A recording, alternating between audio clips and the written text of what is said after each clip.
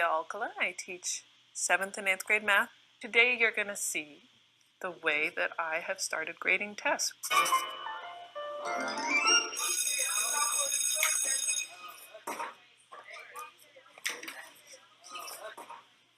Okay, you guys, right now what we're going to do is get our tests back from Friday.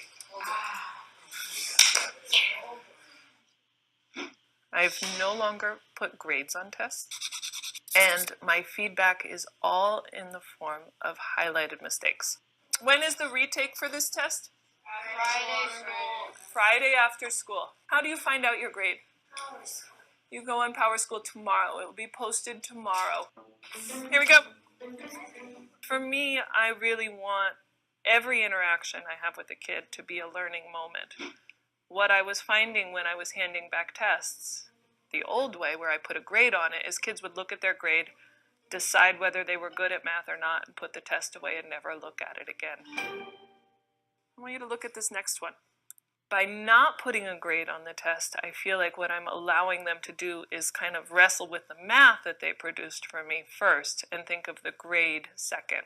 When I first did this, the number one question I would get every time I passed back a test is, what's my grade on this? How many points is this problem worth? And I had to do a lot of, remember, your grade in 7th grade isn't nearly as important as how much math you learn.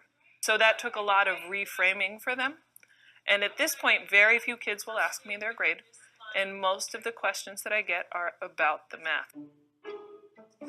I want to show you, before we get your test back, some of my favorite mistakes that came up a couple times.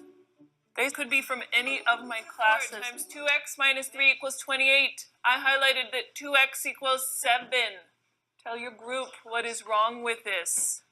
I am highlighting where their mistake is, but I'm not mentioning specifically what that mistake is. If 2x equals 7, then wouldn't it be 7 minus 3, which is 4? But then negative 4 times 4 is negative 16. Not. 28.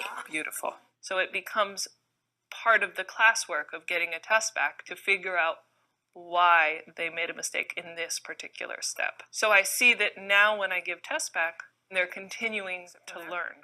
One piece of advice is that it doesn't take longer to grade tests this way. I think that was a big fear. It is a similar amount of time, and it's far more enjoyable. I felt highlight happy. My hope is that through this strategy, they see that studying their mistakes and learning from their mistakes is really what learning is. What the other side? Why is this wrong? I allow them to retake the test whenever they want, and I'll give them a new version of the test. Often kids need to sit with me a little bit more before they're ready to retake, so they'll come see me at lunch or during advisory, and we'll go over it. I didn't really understand it. Oh, do you know what to do now? Yeah, the distributive property. Yeah, why don't you do that right now? This one surprised me. This is the wrong way. So to normalize the process of making mistakes is very much my goal for these kids. It allows them to take more risks.